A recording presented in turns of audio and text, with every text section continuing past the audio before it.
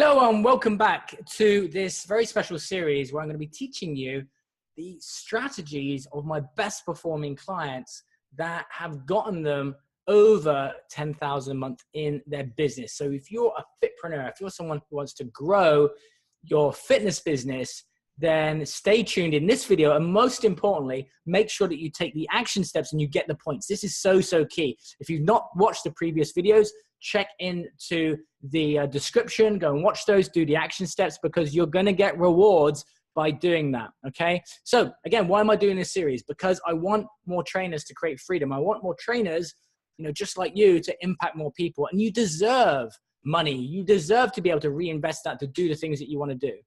And it's not for everyone, but for those of you who want to do it, then I'm so excited by sharing this series with you so that you can have more people say, you changed my life. Now, in this video today, I'm going to be touching on sales. Now, why have I put warning sales? Well, the first thing I want to talk about is mindset around sales, which is so key. Now, I have to bear in mind, I've worked with thousands and thousands of trainers and spoken to thousands and thousands of trainers. And what I know for sure is that if you don't master this area, not just in strategy, but also in mindset, your beliefs around money, your beliefs around selling, okay, how you're structuring your conversations, how you're overcoming objections, all of this, it's going to affect your business long-term, because sales is at the heart of revenue. If you're not generating sales, your business can't grow. And if your business doesn't grow, you're not helping people. If you're not helping people, then you're going to get sad. But you have to be happy with making sales. You have to be happy with that. Okay? And doesn't mean that you're not helping people, your intent is bad. No, it doesn't mean that.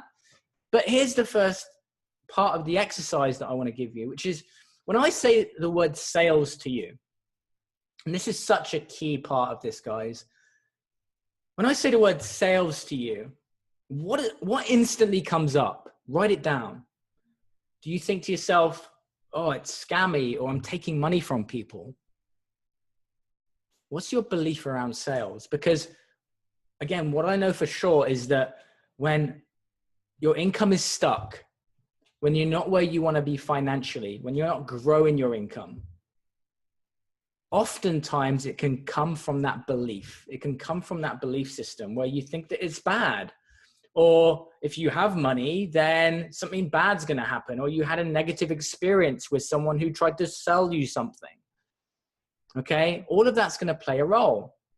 And how much you're paid comes down to what you believe about yourself. Do you feel that you're worth it?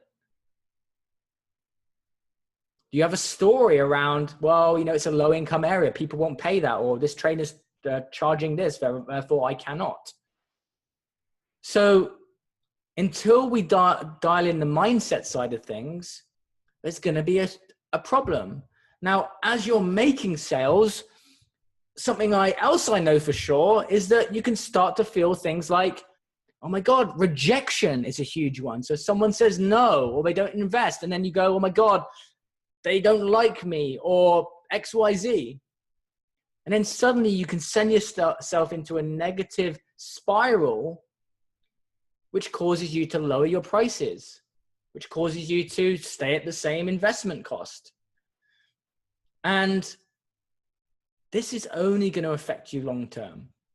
Because let's be truthful, for a majority of you watching, and you may be the same, you went into this industry to help people. You went into this industry as a personal trainer, not a salesperson.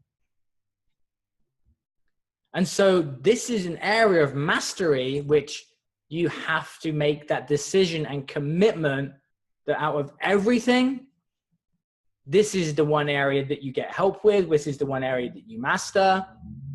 Because if you don't, you can generate as many leads as you like. But if you're not converting those leads into clients,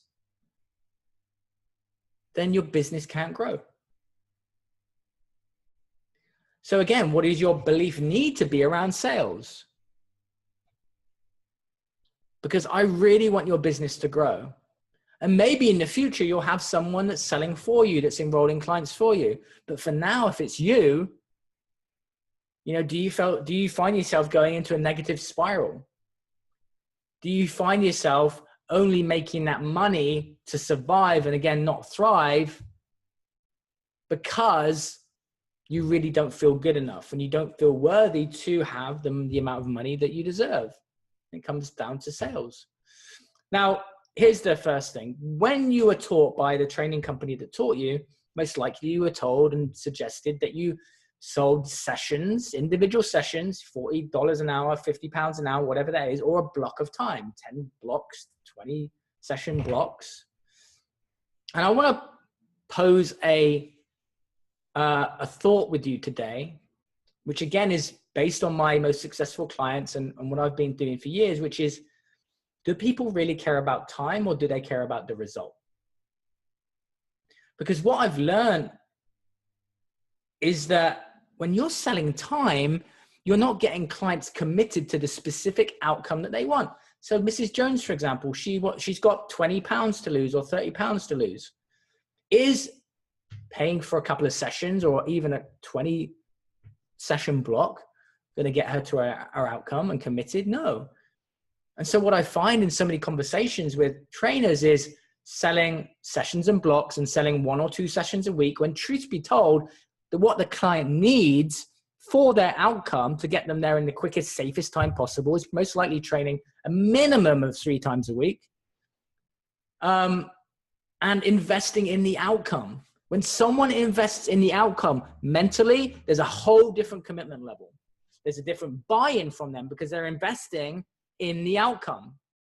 So psychologically, it does a lot to shift from sessions and blocks to having someone invest in an outcome. And there are so many different benefits to this. Okay.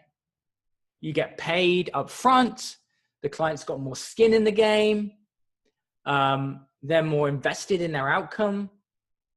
And if you continue to sign clients up on the sessions and blocks, you will always encounter the same challenges. Another thing I want to talk about too, which is expert positioning.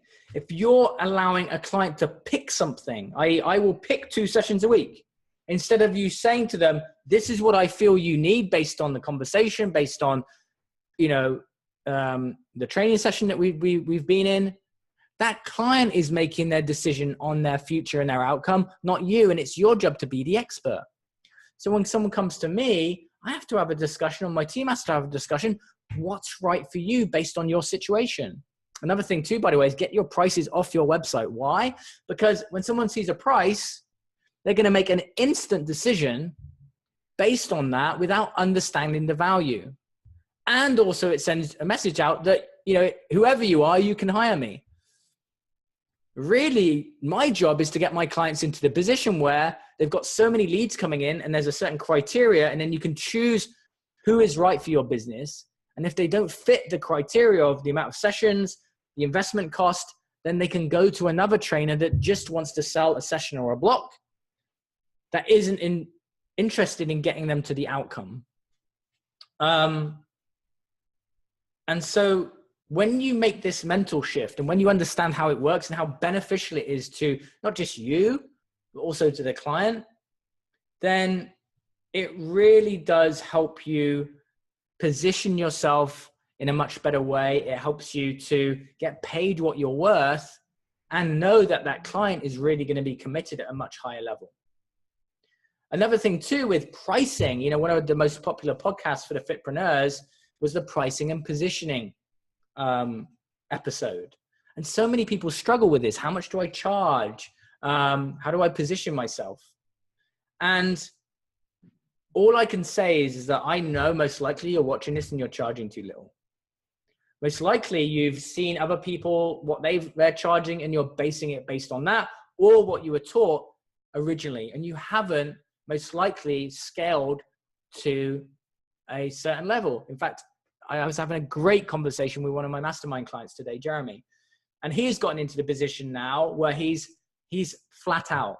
And now we're having to create a waiting list for him, and he's having to raise his prices once again because of demand, because he's got so much business coming in. And that's fantastic. That's the position that you can get into once you dial in the leads, but also once you understand how to have that correct conversation. Having an enrollment conversation, I call it transformational selling within my programs. When you have this transformational selling conversation, you don't feel salesy. You get clients invested in the outcome. They often pay in full or in 2 payments. They got skin in the game. You've got more revenue and cash flow to be able to reinvest into your business, and you're charging a premium because you deserve it, because you spent time, effort, and energy in investing all of this skill set, and you don't need to put yourself in the category with other trainers. You can actually price yourself how you want to price yourself, but not if you don't have the leads coming in, not if you don't have the clientele who are reaching out to you because you've marketed and you're the master of marketing. And of course you have to be good at what you do, and you have to deliver a great service, and you have to get results with people.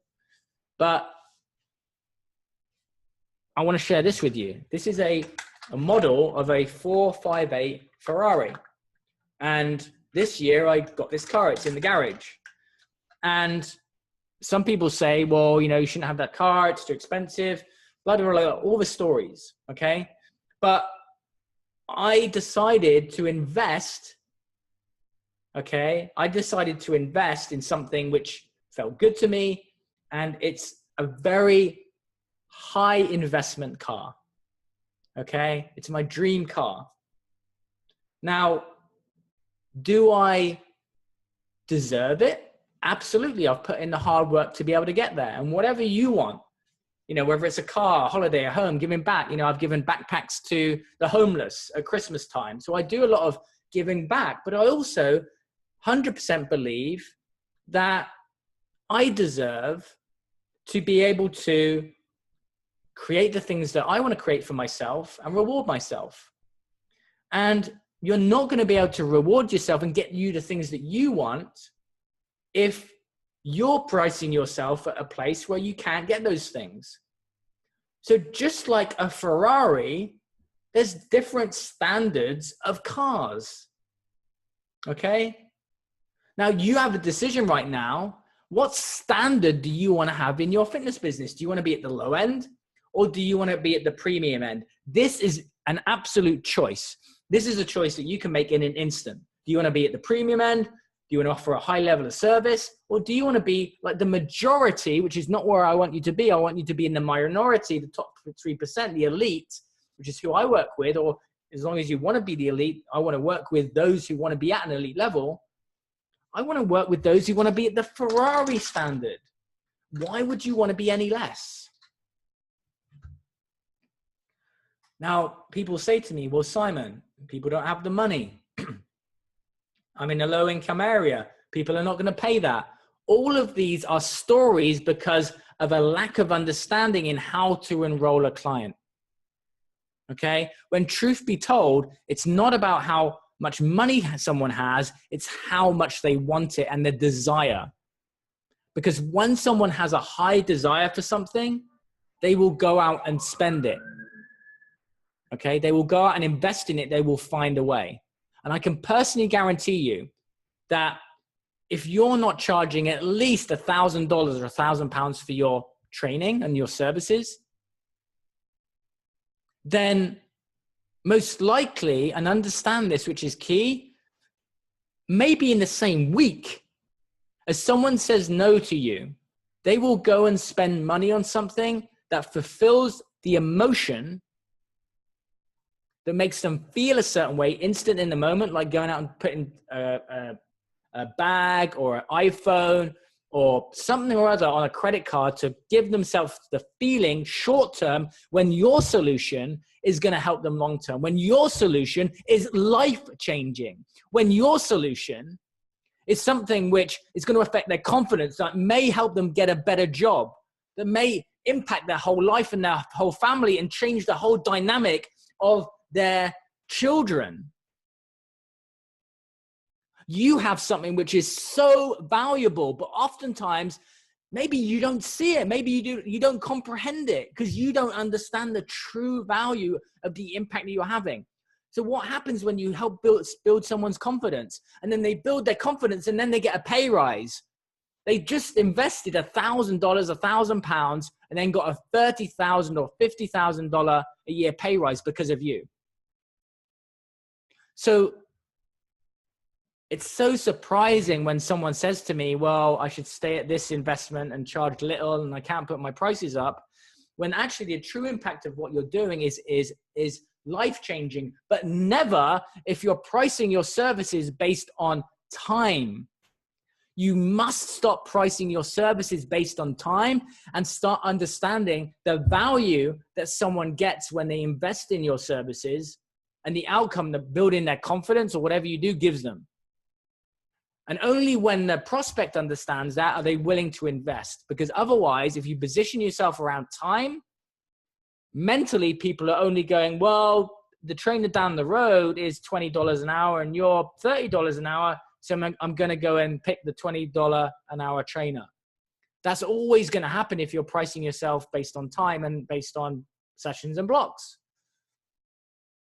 So please, please understand this, because it's this that's the centerpiece of all of the other stuff that is going to build up to you generating that 10K a month or more in your business. So the task for today, but I have a mini special video to share with you before the task, is going to be to go to fitpreneurs.com/10K sales report. And on there is a little questionnaire. And I want you to put into that, and there's 100 points for this, put into that how much are you currently charging, what are your package costs, and what was the last investment that the last 5 clients made with you that you got paid. For example, okay, it was a block of 10 and I got paid this. Or it was a 6-month contract, but my first initial payment was this. Okay, so put that into the details. And now what I've got for you is a behind the scenes video, and I rarely share these videos, a behind the scenes video from one of my VIP coaching calls on 5 things that kill a sale. This is going to be extremely useful for you, and make sure that you take the action steps after the video. And I'll see you in the next video where we'll continue this series on getting to 10K a month in your business. This is Simon Lovell, and I'll see you in the next training. Bye-bye. What are some things that you feel kill a call? Okay, and I'm going to tell you the 5 things that actually affect you not enrolling a client. So if you have, for example, someone you make an offer for £1,000 or dollars, and then someone throws and gives the objection of it's too much, it's not enough money. It's very easy for us to say it's not a quality lead, and that's just a story that we decide to create to justify to ourselves why we didn't enroll that client.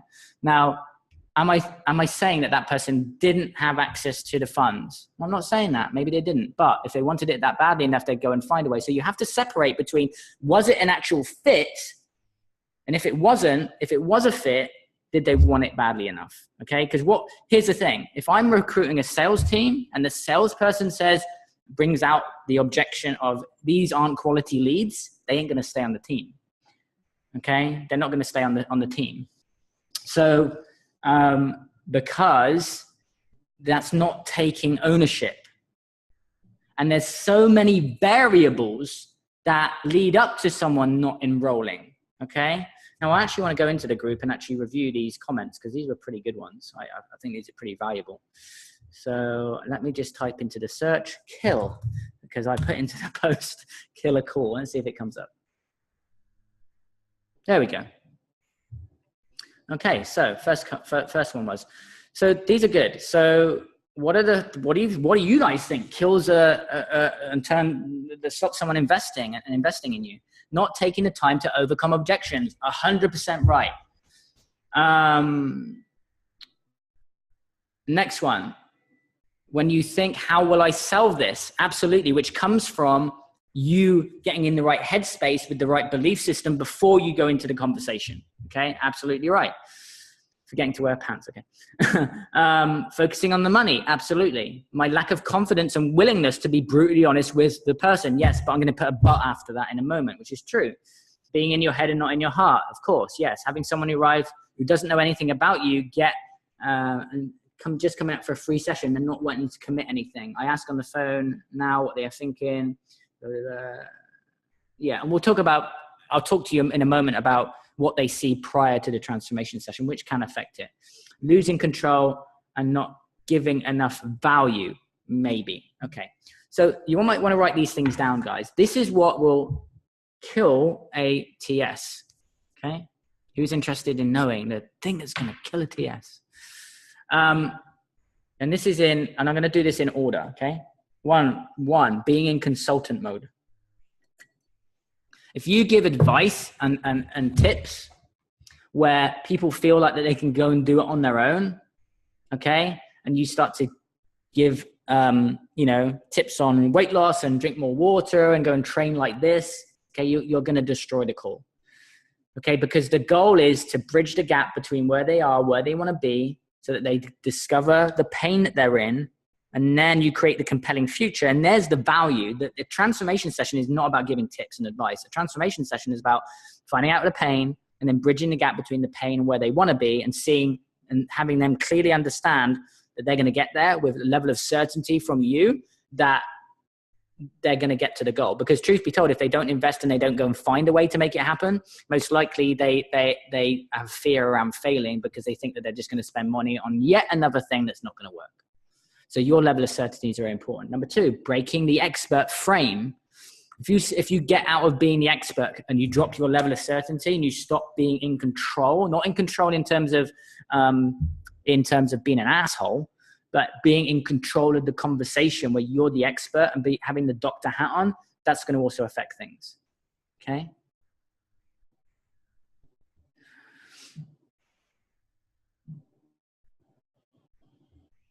The next thing is breaking the process. It's very easy to get cocky and confident once you've enrolled a few clients, and then you start freestyling. It's just like trying to wing it. Okay, because you feel that you're able to do that. So it's not following the process. Okay, so not being in expert mode, breaking that doctor frame, and then also breaking the formula. Another big one, which you may forget sometimes, which is softening. Saying, okay, no, it's fine for you to be like that. Or no, that's okay. That's great.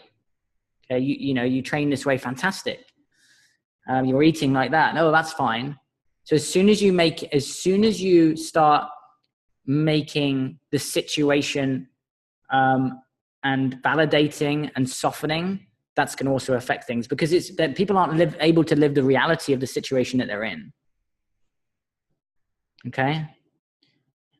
But the biggest one, which sometimes you can get in the early stages, but then you break, is rapport. Now you can overcome objections. You can talk about money. You can call someone out on their bullshit. You can call them a pussy.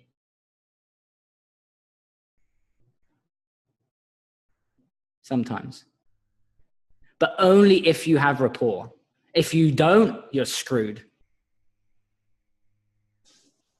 So what happens a lot of the time is we generate rapport and we get that connection, which you have to do in the very early stages by finding familiarity in things that they do, in where they live, in, for example, if you have a dog and I have a dog, common ground. But it has to be genuine. It can't be fake rapport. And there's a big difference between fake rapport and real rapport, a genuine interest in the person. Now, what can happen is you might get genuine rapport, but then moving on through the conversation, you throw something out and you say something, and that triggers someone, because words create emotion in the body. So oftentimes you might be halfway through the call, you got rapport at the start of the call, and then suddenly you break rapport. Has anyone ever felt that, where you got rapport, but then you kind of broke it, and then you tried to enroll a client, and then you kind of screwed it? Happens all the time, and that's why it's normal. So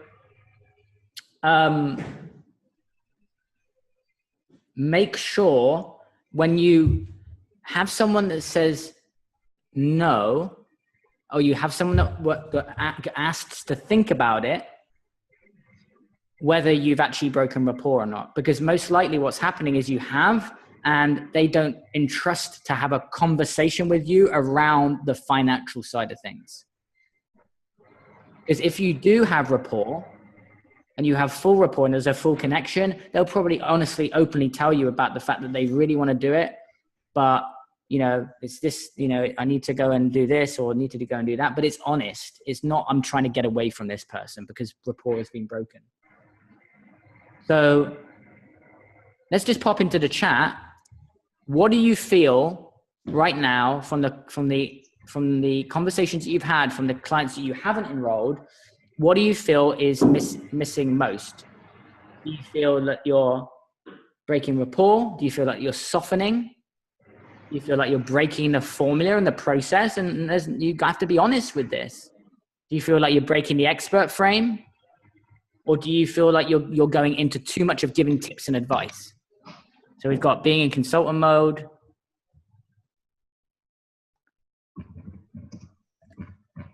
Softening. Haven't had the process right and felt too unconfident. Yeah. They say up front, I'm not going to train. Softening. Because here's the thing, guys. You all want to make people feel good because you love helping people. It doesn't help in enrollment sometimes. You have to do it with integrity. You have to want to help.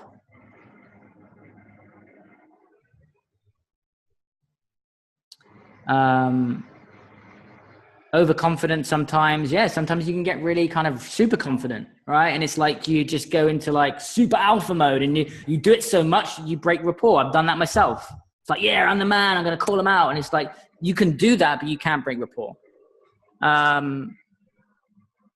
4 times a week is too much. Can't make all 4 days. Yeah, we can talk about that. Not being brutally honest. Yeah. So again, if you're going to be brutally honest, you still have to have rapport. Okay. So there's some. So I would definitely write down those 5 things that can affect your transformation sessions, and then put them somewhere where you can read that at least before you're having the conversation.